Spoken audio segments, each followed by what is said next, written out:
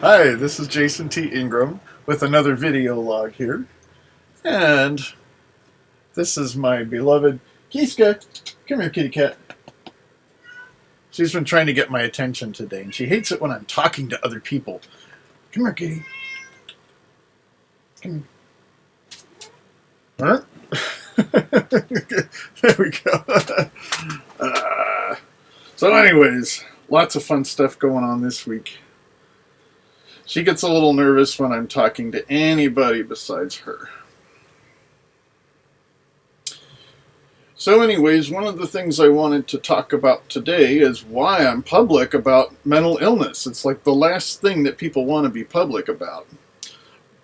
But then again, like when people started coming out of the closet 30, 40, even 50 years ago, it was like a really big deal. And when I came out of the closet, I could hear crickets. It was like, I'm gay and I'm public about it. Okay. Well, oh well. I mean, I lost a lot of my church friends.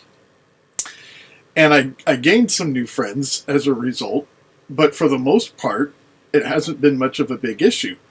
The weird thing is that when I come out of the closet about living with mental illnesses, and I mean, I've got like 4 or 5 or so different diagnoses of different stuff that I've lived with over the years.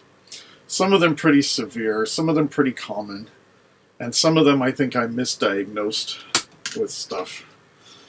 And it was hard.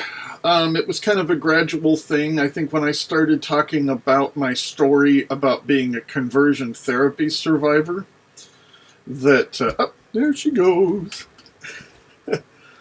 is that I started making references to living with bipolar, and it started freeing me a little bit, but I don't think I really talked about the severity of what I live with. And something I've noticed about the diagnosis of bipolar depression is that it's kind of a blanket diagnosis. For instance, IBS, which is irritable bowel syndrome. I think that diagnosis for the most part is just a myth. I think it's just a way that a doctor could basically describe somebody who's got a bunch of shit problems. And it could be a whole bunch of different causes, of different symptoms, and different treatments. So IBS, I think, is a stupid diagnosis. And you need a diagnosis to prescribe a medication. And a lot of times, these drug companies will actually invent these illnesses in order to give their cure. Some of the cures work. I remember 20 years ago I was diagnosed a pill. It was started with a Z and it was for IBS, and it was basically nothing more than a laxative as far as I could tell.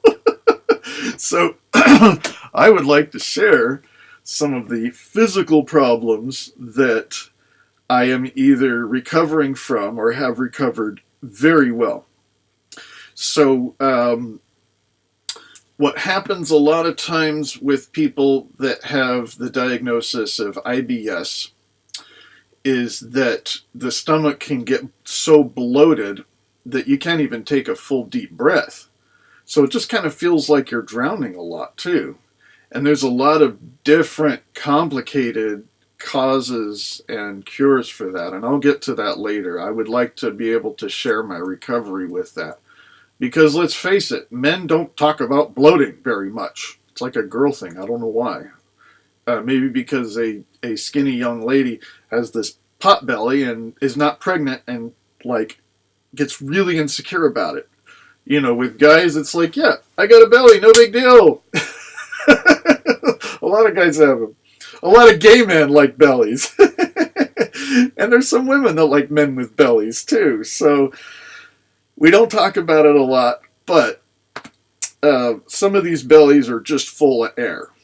And when a guy burps, they're basically just going from really bloated to really super bloated, I can't handle, and then you burp and then they're still full of air, but it's basically just enough to where you're not going to actually literally explode. Another thing that happened with the overgrowth of yeast and bacteria in my system that caused all this bloating is I had rashes, and I had those since I was 15 years old. And that has really, really taken years to recover from that.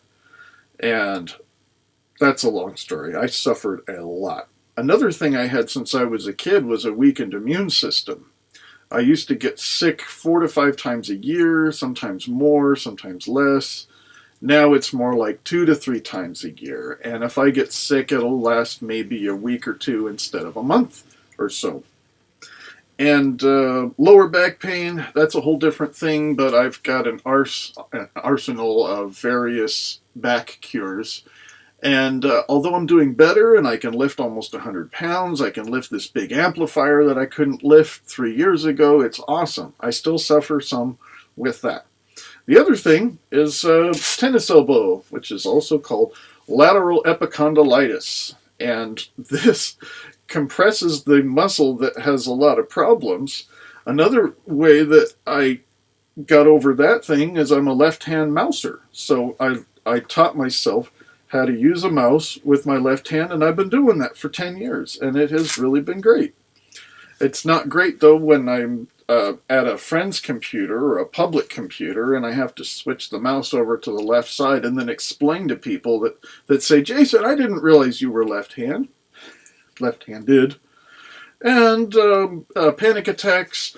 Boy, the symptoms of panic attacks, one of them was a chronic sore throat, which is interesting. I don't hear that one a lot, but that's something I really, really started suffering with 20 years ago when I started working in outbound call centers. Inbound calls. Oh my gosh, that was awful. And if there's one thing common about all of these illnesses is that they are invisible. So when I recover from these and I'm all happy and I'm like, guess what? I can take full breaths now, and I can run and not throw my back out for a month, and I can lift things that are heavy, and I can talk more without having a sore throat and taking codeine for a sore throat. I mean, it was that bad. I can not have to call in sick so much. The other one I'm still having trouble with is circulation, but that's really helping. And actually, Qigong is helping with that too. And there's some things like doing this kind of stuff and doing some other exercises to keep my energy flowing and my blood flowing better. So that's great. The biggest invisible disability in that category is, of course, my noggin. And that's also a really tough thing because going public about living with mental illnesses is basically putting myself in danger of having my motives judged, because there's so many people out there, so many very good, very liberal, affirming type people that are progressive, that are all into like, oh, you don't look gay, I didn't realize you were gay, cool, And I also get this, well, you don't look like you're mentally ill, and then somehow it goes from, instead of, oh, well, that's cool, thanks for telling me, I've got a cousin that's mentally ill. Sometimes I get that, which is okay. And people asking me questions, which is actually really okay for me. A lot of people don't like to be questioned about their mental illnesses. For me, it's a form of activism, it's breaking stigma, it's raising awareness, and it's helping me to be not so shameful about this stuff. What I have a hard time with going public about this stuff is people seeing me talk and seeing me behave.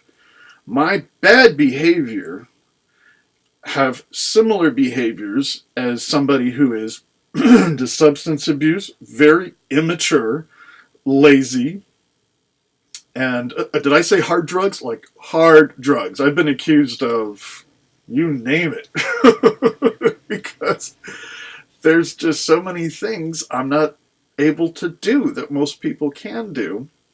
And I seem to be okay for a while, but if people hang around me enough, if they challenge me, if they trigger me, then boom, I turn into a different person. And the immediate response, even if they know that I live with mental illnesses, is this guy's dangerous, he's got character flaws, not necessarily a brain chemistry flaw. So that's some of the stuff that I have to deal with. And thanks for listening to my video log. I hope this helped you in some small way.